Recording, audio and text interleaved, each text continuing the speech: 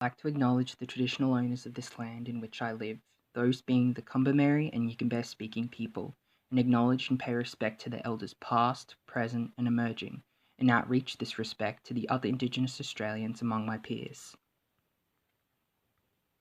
The area in which I live is a privatised estate on the outskirts of Coomera, far from other modern areas. It is managed and fueled by high-ranking members of those that live within it. From my first initial thoughts, I believed that there would be some presence of Indigenous representation in my area, but I was truly unaware of how I would struggle with my search. The large estates along the Coomera River boast strongly their greenery and Edenic beauty, but what I found this to mean is that it is simply a heavily altered facade created to maintain an imperfect utopia, and as a result, simply ignores the original owners of its land and their history. I walk along the paths that cut through my estate, and I hear the birds and other wildlife that have been native to this area for years, but I see no sign of the first people who heard them. As I continued, I observed the reason for this in the form of security personnel patrolling the estate, realizing that they are there to push out non-residents from the natural parks and waterways attached to the estates, deterring the presence of the Indigenous individuals, denying them their claim and connections with this land. I'm aware of the kind of people that live alongside myself. These are opinionated people, a majority being older families with older views, seeing the true owners of this land as non-essential to themselves and as sadly possible threats to the value of their homes in the estate. I have for so long lived alongside these views, ignorant to what was truly happening. I was aware of the Indigenous, but at the same time so unaware to their true suffrage and non-existence in my home. There is no acknowledgement of the Indigenous along the bountiful river walks in my estate, only gates and locks designed to keep them out.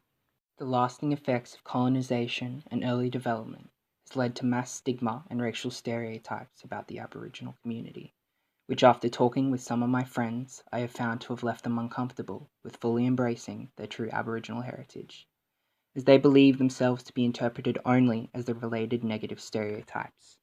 This further spreads the lasting effects of European assimilation tactics, as they choose to simply embrace their European heritage over that of their Indigenous, in only an effort to avoid the negative impacts associated with the Aboriginal image. I have only now begun to learn of the true internalized oppression suffered among my Indigenous friends and the many others with similar background, purely as a result of lack of true Indigenous representation. I have seen in a few Australian train stations the presence of Aboriginal pictures and information on relevant culture, but unsurprisingly, there is none of that at Coomera Station. Near the end of my search for Indigenous representation, I couldn't help but become aware of the true injustice of the whole estates of Coomera Waters. In an area in which I lived, there was documentation of all the trees and native wildlife, but none of the true natives of this land. Why was it that I have access to all these beautiful spaces along the Coomera River, when I could not truly understand their significance? And those that could help me understand, those who had for millions of years lived off this river, were simply rebuked and discouraged from trying. There is no representation of Indigenous cultures in my area, and the true atrocity is that I, who do not hold any inherent right to this land, get the privilege of its beauty and its access, while the traditional owners of this land are not recognised as a key part of its history.